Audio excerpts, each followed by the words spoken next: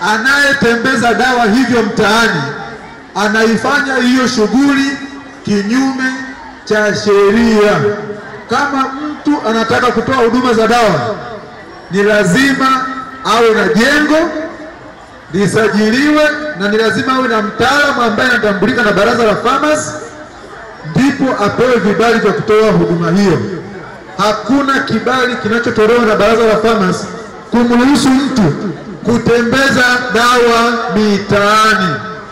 Wito wangu, wananchi, mkiona mtu anatembeza dawa mitaani, minyoo, anasema dawa za minyoo, sijui kikohozi, halala, utangotango, mtu huyo anafanya kazi kinyume cha sheria, na tunawasihi mtupe taarifa.